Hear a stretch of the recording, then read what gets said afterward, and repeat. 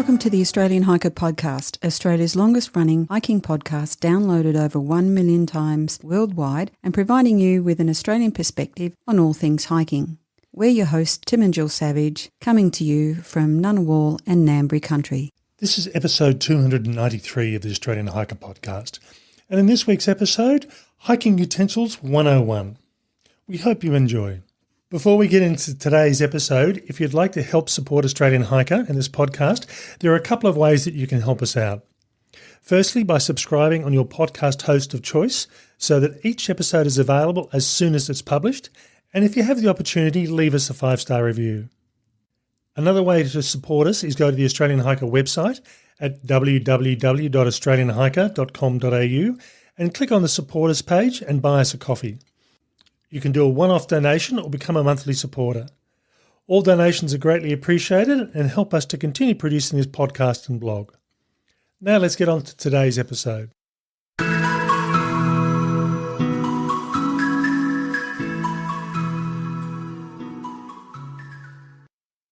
Now, eating utensils are one of the most underrated and underconsidered pieces of hiking gear in our packs. For most hikers, what we choose to use is often based around what our fellow hikers are using or what catches our eyes in store. In this podcast episode, we look at considerations for choosing that perfect utensil for hiking. And believe me, there is more than you think there is in considering what to look for. First up, what should you consider? Now, if you think about eating utensils sitting in our kitchen drawers at home, how much consideration did you really give to them? They're either just something that's there, something that was being gifted to you from a wedding in most cases, particularly if you're a married couple, or chosen for appearance rather than functionality. I mean, how many people actually put these things in their mouths or try and use them with food to see what they actually work like? Well, it's a bit hard to do that in the store, Tim, before you buy it. It is. But why not just buy one of each and see what you think? But then they come in a big set, so you can't do that either. No, that's true. So when we go hiking, every piece of gear that goes into our packs requires some degree of thought. So in terms of eating utensils, what do you need to look at? Well, the first thing you need to think about is what you're going to be eating. And if it's a soup, that you'll need a soup spoon. If it's steak, you'll need a steak knife. So think about that in terms of what it's like when you're actually out hiking. The main thing you need to do is think about the food that you're going to eat and think about the eating utensil that will be best for that food. So from my perspective, in fact, both of our perspectives when we're hiking, we often carry peanut butter with us. It's high in calories, it's a great source of energy, and per gram of weight, it's probably one of the highest calorie foods you can get. And surprisingly enough, in hiking, you're looking for the more calories, the better, rather than the norm of being at home and trying not to overload on calories. And nut butters, peanut butter in particular, during the middle of winter when it's freezing cold, tends to set rock hard. It gets very hard. So you've got to put a bit of thought into what you're actually going to use to eat it. So as an example, using a lightweight plastic spork isn't very effective in eating nut butter in the middle of winter. No, and it's likely to bend or it's likely to break. So you need an eating utensil that's got a little bit of rigidity so it doesn't break. And also probably a bit of a sharp edge as well. It doesn't have to be a cutting edge, but if you think about a spoon having a sharpish edge on it, that will actually manage to get into peanut butter or hard peanut butter quite well. It's sounding very difficult. It is. Now, the next thing we're looking at is size. Now, again, it's not something that people often consider. It's not unusual when people choose their hiking implements, they look for things that are bright. A lot of the sporks, for example, which are a knife, fork and spoon all in one implement, often tend to be nice and bright and colourful, but again, not very rigid. And also they tend to often be small. So I've got very large men's hands, and for me to actually... As opposed to large women's hands. I do, yeah. And for me to eat using a spork, I find that to use a comfortable grip, I've got most of the actual implement in my hand itself with not much space left to actually scoop food out of whatever I'm eating from. Now, in that situation there, if you're eating out of a bag, as an example, you're going to end up getting very messy hands covered in food. The opposite is also the extreme. If you're someone that has a very small hand, you may not want a very large implement. But on the whole, hiking utensils tend to be on the smaller side than what we're actually used to at home. Yeah, and even then, if you are eating out of the dehydrated or freeze-dried meal bag, you want to be able to get into the bottom. So you do need something that's slightly larger so that you can get into those corners. So in my case, I use a long-handled spoon, and Jill, not that long ago, started using a long-handled spork. And that long handle means you can get down to the bottom of a dehydrated or freeze-dried meal bag without actually covering your hands in food or liquid that's part of the meal. So that long handle is quite flexible in relation to large hands. It's also good for someone with smaller hands and does the job quite well. From there, we move on to materials. Now, really from a materials perspective in outdoor utensils, we've got three main choices. We've got plastic of some sort, and there's lots of different compounds that are used here. We've got metal, and we've got also wood. And by wood, we really are talking about bamboo in most cases. I don't know about many listeners, but certainly we live in Canberra, the nation's capital, and we've pretty much gone away from plastic disposable spoons in takeaways.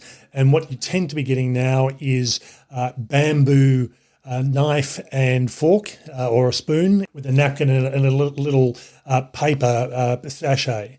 So I must admit, I do not like bamboo. Bamboo chopsticks, not a problem. But bamboo eating utensils, it just doesn't do it for me. It's the texture that I don't like. We'll get onto that a bit later.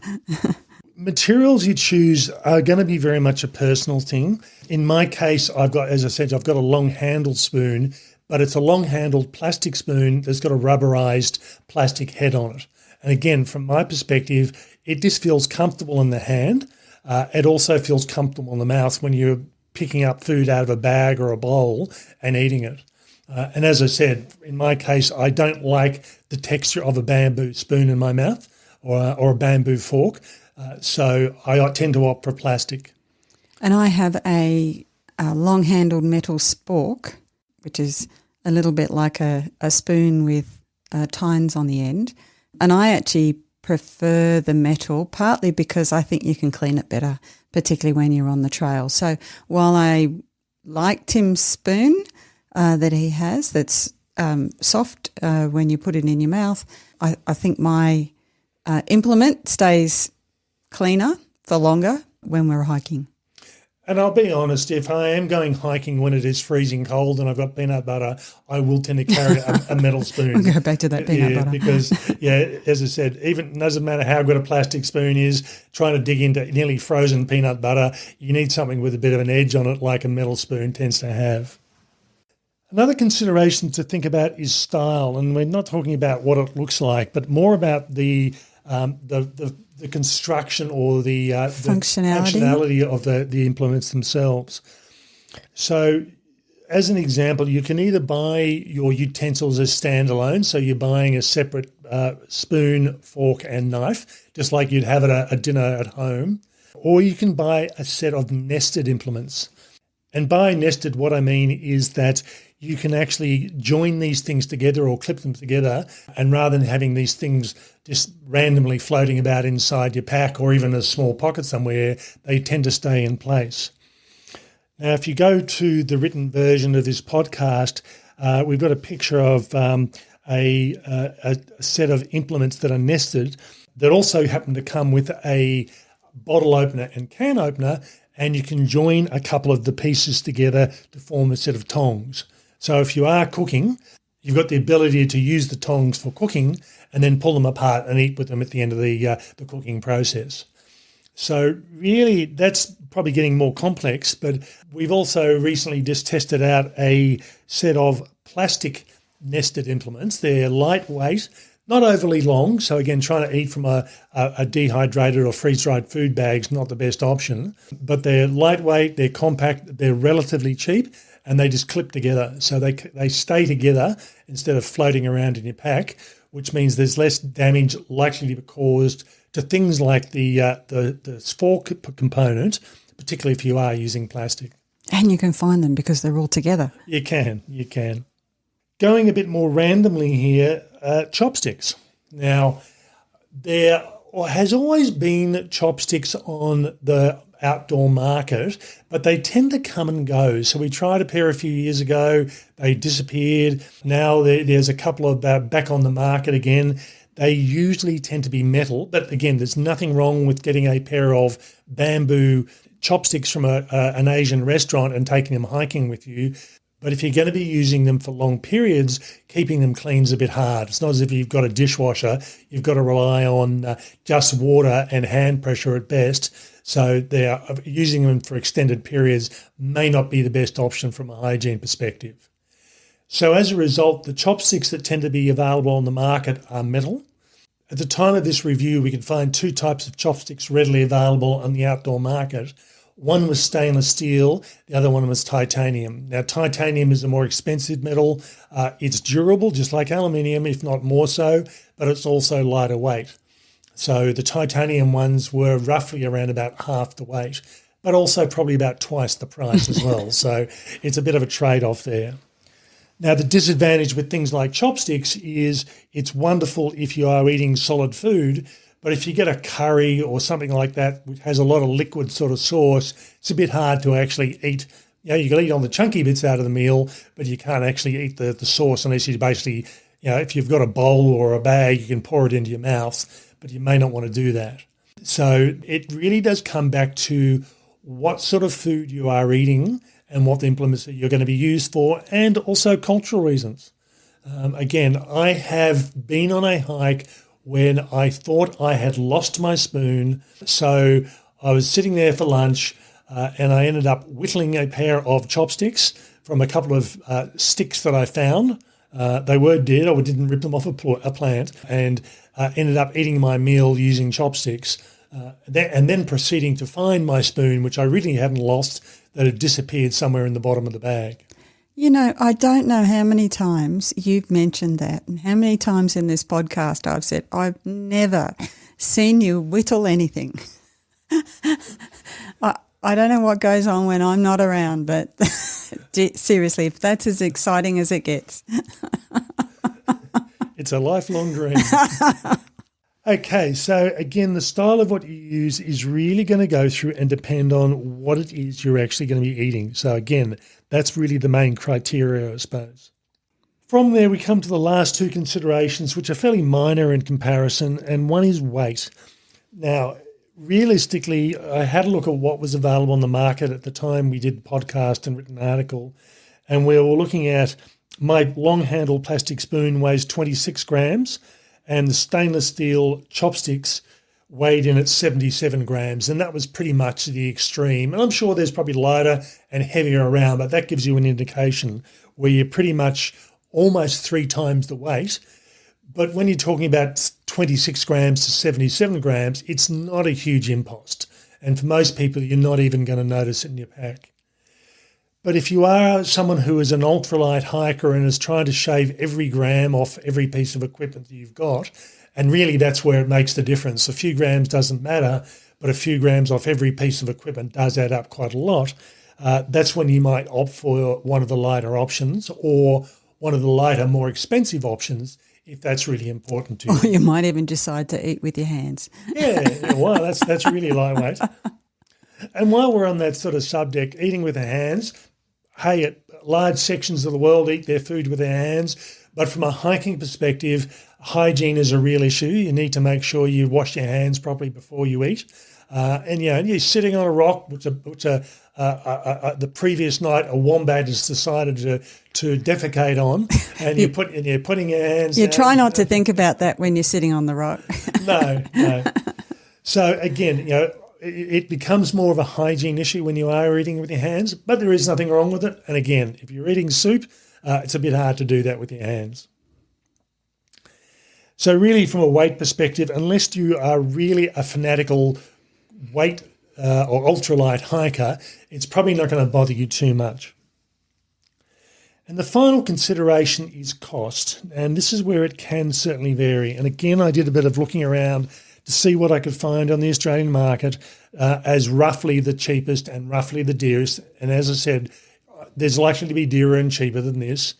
But a typical small spork, plastic spork, is around about the $8 mark, whereas I managed to find a titanium 3-piece knife, fork and spoon set that cost $75 but weighed 52 grams for those 3 pieces. So individually the pieces were quite light, and even together as a set of 3 they weren't particularly heavy as well. But they more replicated the things you would have at home in your kitchen. So if you are eating a piece of steak or a piece of meat that you needed to cut, they're going to be more suitable for that than just a lightweight plastic implement. Yeah, and I guess you'd want to be sure that you wouldn't lose them, and you'd want to be sure that you treated them well as well for $75. I mean, it's quite a bit of money. Now, in my case, I've been using the same spoon for the last probably 4 years now, and I have replaced it once, not because the spoon was damaged or I lost it. It was more because some wildlife decided it was stolen. It was really attractive during the middle of the night, and I made the mistake of leaving it outside my tent, and it was within about 20 centimetres of my head, and it disappeared during the night. So I ended up having to. I was lucky. There was a group. They must have waited until you were snoring, Tim. Yeah. I was lucky because the group that was travelling on the track the same time as I was had some spare implements and loaned me a spork. So it's if I would have been back to whittling again if I had been by myself. Oh dear. So in the case of price, what I would suggest here is to sit down and work out what that mythical perfect utensil is, or utensils, with the features that you really want, and then see what's available on the market and how much you're willing to pay for it. It might be perfect, but it might be beyond what you consider to be a reasonable price. So it's really up to you how much you want to pay. But again, get a good quality set of utensils. They will last for years and years. So you're not as if you're going to have to replace them every 6 months sort of thing. It always comes down to what suits you.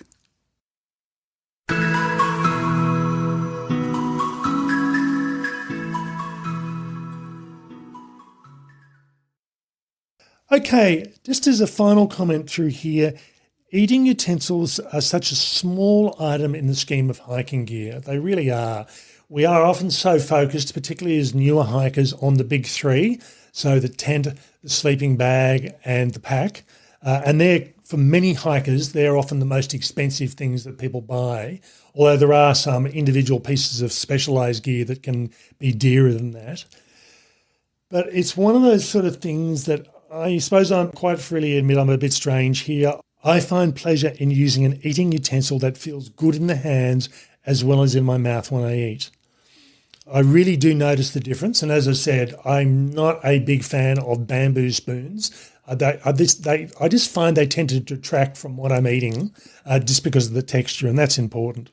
And in all honesty, taste is about not just what you're tasting in your mouth. It's about smell, and it's also about texture.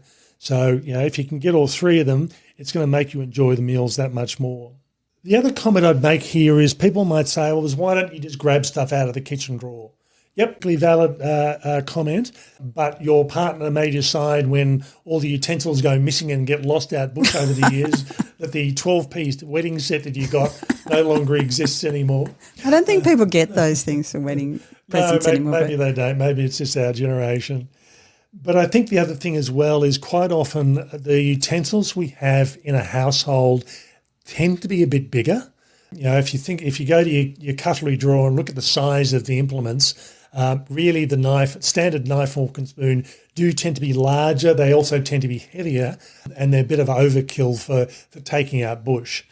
So this is where a purpose-built, lighter weight and more compact, without being too compact, hiking utensil or outdoor utensil is going to be the way to go. So rather than just using the first thing you find, pick something that you're going to be happy with to use year after year. I know I did, and I haven't looked back. Okay, that's all for this week's episode. We hope you've enjoyed. Bye for now. And bye from me.